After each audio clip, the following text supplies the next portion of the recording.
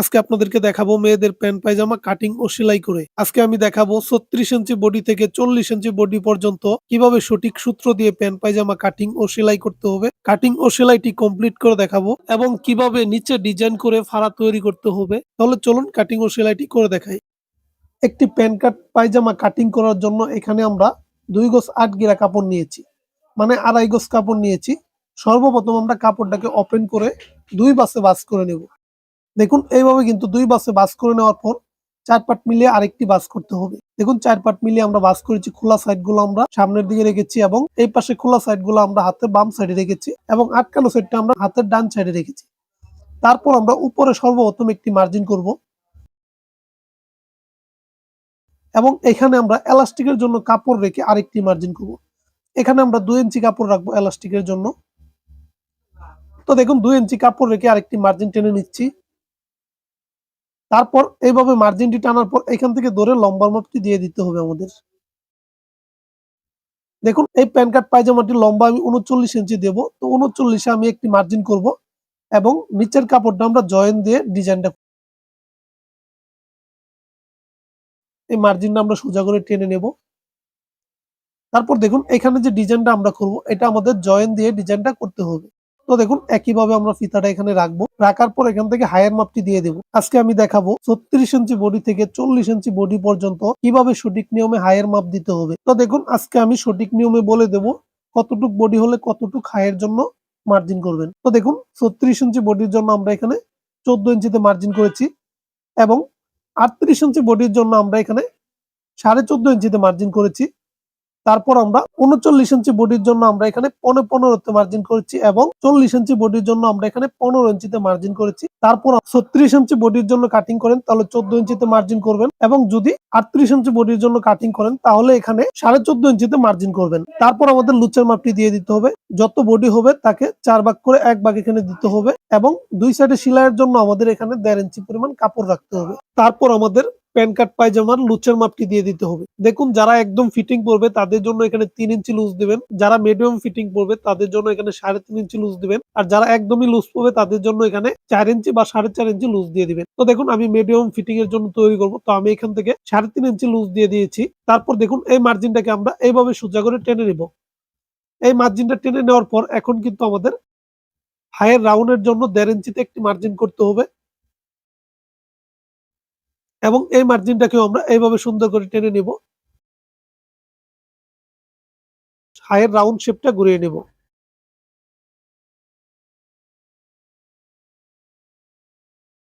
এইভাবে হায়ের রাউন্ড শেপটা ঘুরিয়ে নেওয়ার পর এখানে আমরা মাপ দিয়ে দেখব যতটুক হবে।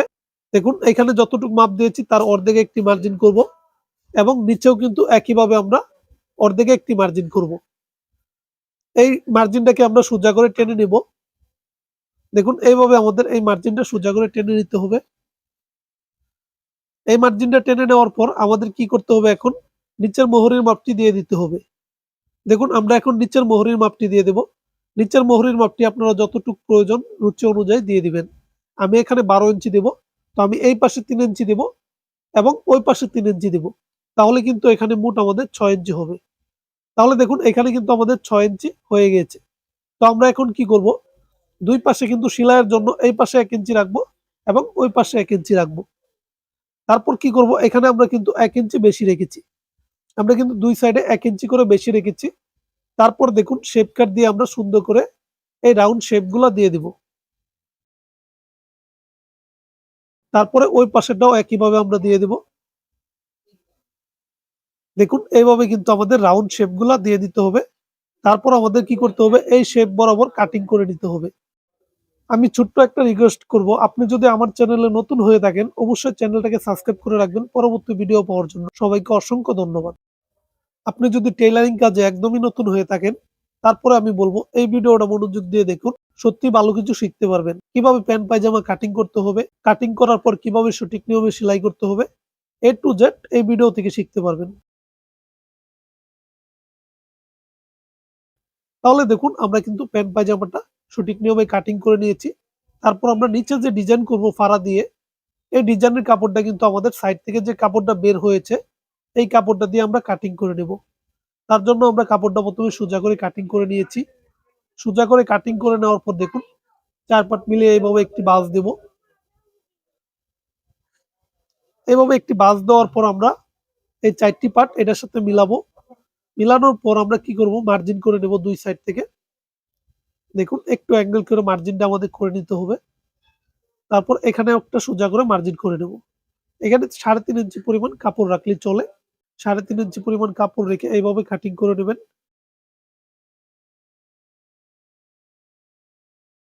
তাহলে দেখুন আমরা কিন্তু সঠিক নিয়মে প্যান্ট কাট পায়জামা কাটিং করে নিয়েছি। কাটিং করে নেওয়ার পর সঠিক নিয়মে আমাদের সেলাইটা করে নিতে হবে। চলুন আমি সেলাইটা করে দেখাচ্ছি আপনাদের। আজকে আমি প্যান্ট কাট পায়জামা সঠিক নিয়মে সেলাই করে দেখাবো। কিভাবে নিচে ডিজাইন করে ফাড়া তৈরি করবেন। চলুন তাহলে সেলাইটা করে দেখাই। এখানে আমরা একটি প্যান্ট কাট পায়জামা নিয়েছি।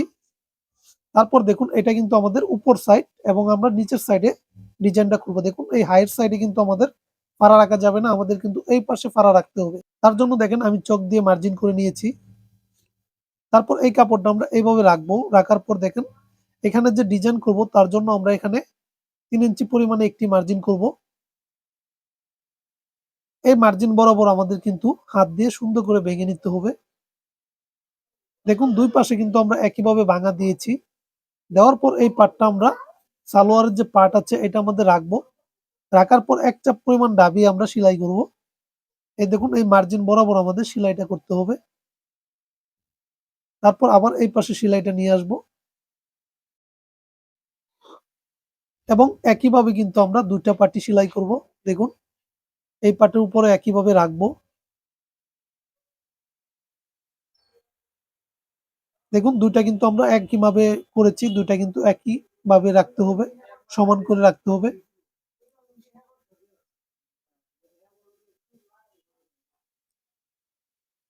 তারপর আমরা সুন্দর করে কাটিং করে নিয়েছি। তারপর আমরা এখন কি করব দেখুন।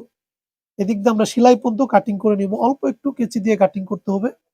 কাটিং করার পর আমরা সুন্দর করে কাপড়টা ভাঁজ করে উল্টিয়ে নেব। দেখুন উল্টিয়ে নেওয়ার পর হাত দিয়ে সুন্দর করে চাপ দিয়ে নিতে হবে। দেখুন এইভাবে চাপ দিয়ে নেওয়ার পর আমাদের কি করতে হবে, উপর দিয়ে কিন্তু চাপ সেলাই দিয়ে দিতে হবে। তো আমরা লব দিয়ে প্রথমে একটা সেলাই দিব।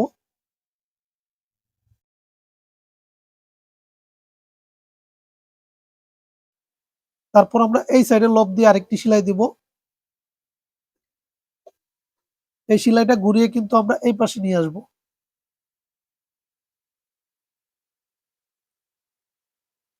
তারপর আবার 1 চাপ পরিমাণ দাবিয়ে আরেকটি সেলাই দিতে হবে।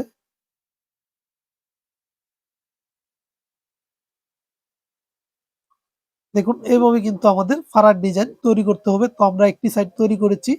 দ্বিতীয় সাইডটি কিন্তু আমরা একইভাবে তৈরি করব।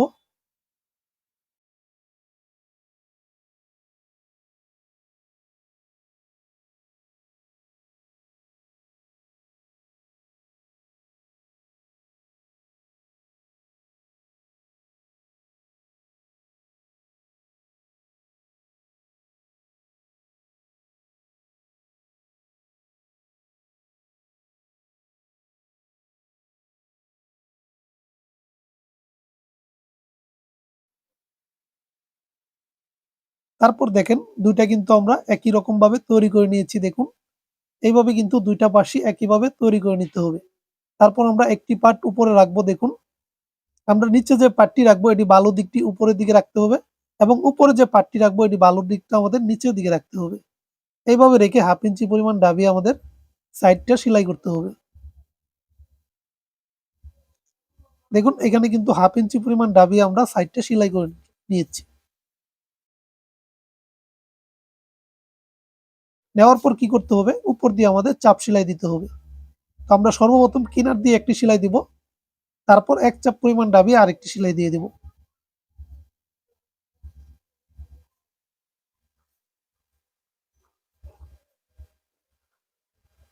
দেখুন এখানে কিন্তু আমাদের ফাড়া তৈরি করে নিয়েছি। এইভাবে কিন্তু প্যান্ট কাট পায়জামার ফাড়া তৈরি করতে হবে।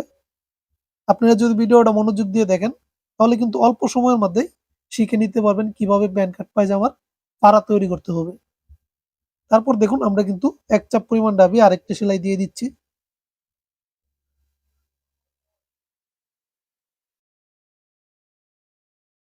এইভাবে 2টি সেলাই দেওয়ার পর দেখুন আমাদের কিন্তু ফাড়াটা তৈরি করে নিয়েছি। তারপর আমরা কি করব, এই 2টা পার্টকে একসাথে মিলিয়ে আমরা সাইডটা সেলাই করব।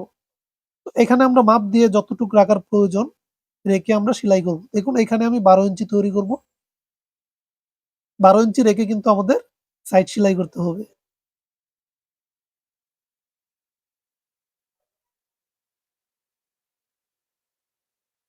তো দেখুন এভাবে কিন্তু আমরা সাইডটি সেলাই করে নিয়েছি। তারপর আমরা এই সালোয়ারের পার্টটাকে উল্টিয়ে নেব।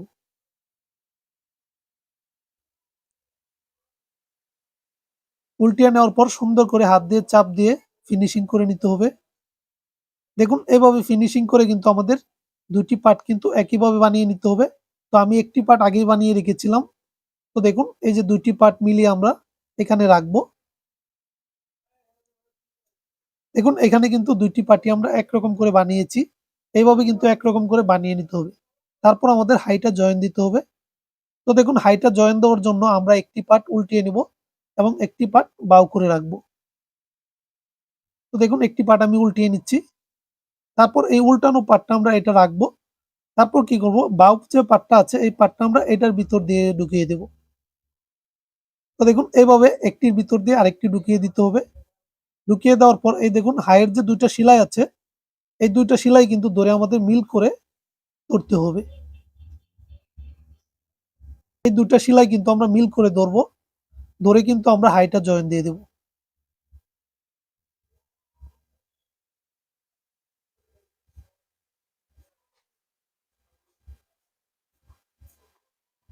2 মিনিট।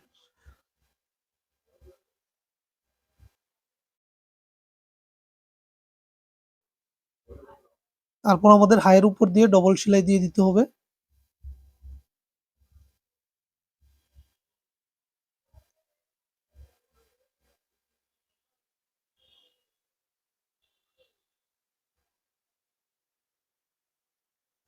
দেখুন আমরা কিন্তু এইভাবে হাইয়ের সেলাইটি দিয়ে নিয়েছি। হাইয়ের সেলাইটি দেওয়ার পর আমাদের কিন্তু পায়জামাটা উল্টিয়ে নিতে হবে। দেখুন উল্টিয়ে নেওয়ার পর সুন্দর করে আমাদের হাত দিয়ে চাপ দিয়ে নিতে হবে। দেখুন আমরা কিন্তু সঠিক নিয়মে হাইটা জয়েন দিয়েছি। এইভাবে কিন্তু হাইটা আপনাদের জয়েন দিতে হবে। তাহলে কিন্তু এই হাইয়ের মধ্যে কখনোই টান ধরবে না, কোনো গুছ লাগবে না। তারপর আমাদের উপরে এলাস্টিক লাগাতে হবে। তো আমরা এলাস্টিক কাটিং করে নেব। দেখুন এখানে আমি এই প্যান্ট কাট পায়জামাটি আমি 38 বডির জন্য তৈরি করব। তো 38 বডির জন্য যদি আমরা তৈরি করি এখান থেকে আমাদের কত ইঞ্চি রাবার কাটিং করতে হবে। তো দেখুন রাবার কাটিং করার 2টা নিয়ম আছে। আপনারা যেকোনো একটা নিয়ম অনুসরণ করে যদি কাটিং করেন তাহলে কিন্তু চলবে। একটা নিয়ম হচ্ছে আপনাদের সালোয়ারের পাট্টা মাপ দিয়ে দেখবেন যতটুক হবে সেখান থেকে 2 থেকে 2.5 ইঞ্চি বাদ দিয়ে রাবারটা কাটিং করে নেবেন। আরেকটা নিয়ম হচ্ছে বডি অনুযায়ী যতটুক বডি হবে ওই বডি অনুযায়ী রাবার কাটিং করে নিতে হবে। 38 বডির জন্য এখানে আমরা 26 ইঞ্চি পরিমাণ রাবার কাটিং করে নিয়েছি। দেখুন 38 বডির জন্য এখানে আমরা 26 ইঞ্চি পরিমাণ রাবার কাটিং করে নিয়েছি। তারপর রাবারের মাথাটা সুন্দর করে আটকিয়ে নিতে হবে। আটকিয়ে নেওয়ার পর আমরা সালোয়ারের পাটটাকে 1/2 ইঞ্চি পরিমাণ দাবিয়ে একটা সেলাই দেব। তারপর দেখুন এই মার্জিনের বাহির থেকে আমরা রাবারটা ধরবো। ধরে কিন্তু এখানে আমরা সেলাইটা দেব রাবারের উপর যেন কখনোই সেলাইটা না পড়ে, বাইরের দিকে যেন সেলাইটা থাকে। তারপর এইভাবে টান দিয়ে রাবার বের করে আমাদের রাবারটা কিন্তু জয়েন দিতে হবে।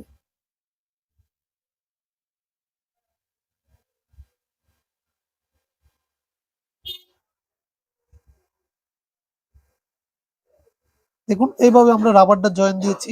জয়েন দেওয়ার পর রাবারটা কিন্তু আমাদের সব জায়গায় সমান করে নিতে হবে। দেখুন এইভাবে হাত দিয়ে টান দিয়ে আমরা সব জায়গায় রাবারটা সমান করে নেব। সমান করে নেওয়ার পর আমাদের রাবারের মাঝখান দিয়ে আরেকটি সেলাই দিতে হবে। তো আমরা টান দিয়ে ধরে আরেকটা সেলাই দিয়ে দেব।